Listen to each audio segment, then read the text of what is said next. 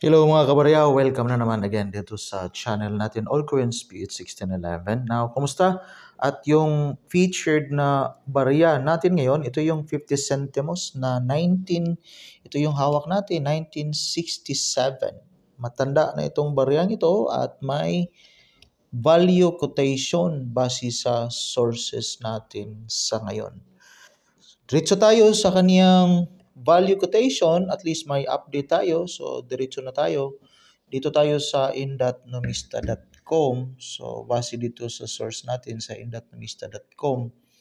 Ito yung barya natin na 1967. Again, 50 centimos or 50 sentimo. 1967. Try natin tingnan dito sa source natin kung may value quotation na ba. So, base dito ni in.numista.com, so ito yung very good 17 pesos. Minted ito ng United States of America, so may 41% na frequency.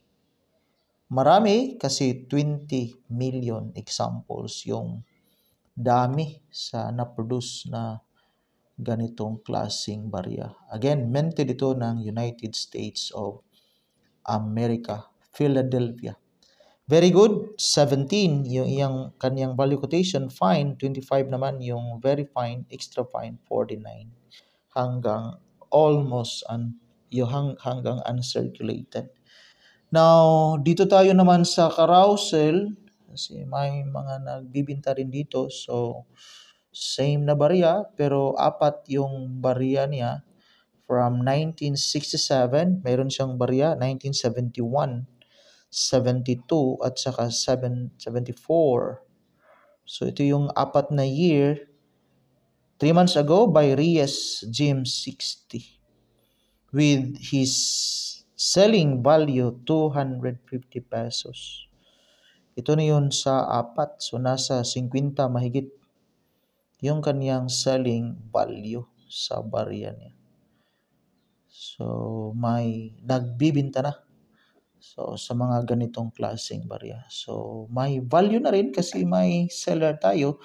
While dito naman sa eBay, 1967, same na year, 1967, Republika ng Pilipinas, dito may 1.09 US dollar. So, nasa 50 pesos.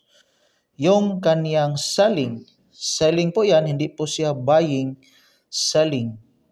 So, depende na rin kung may interesado. So, yun yung binta niya sa hawak niyang barya na 50 centavo. So at least may idea tayo dito kasi sa channel natin, nag-feature tayo sa mga hawak nating barya. Yun yung hawak nating barya, at least may idea tayo kung magkano kaya yung bintahan. So sa mga nagbibinta, at least may idea tayo para doon din tayo magbase sa selling ng barya natin. At depende na rin kung may buyer.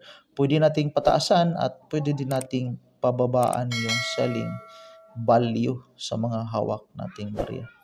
Yan lang po. Maraming salamat at God bless us all.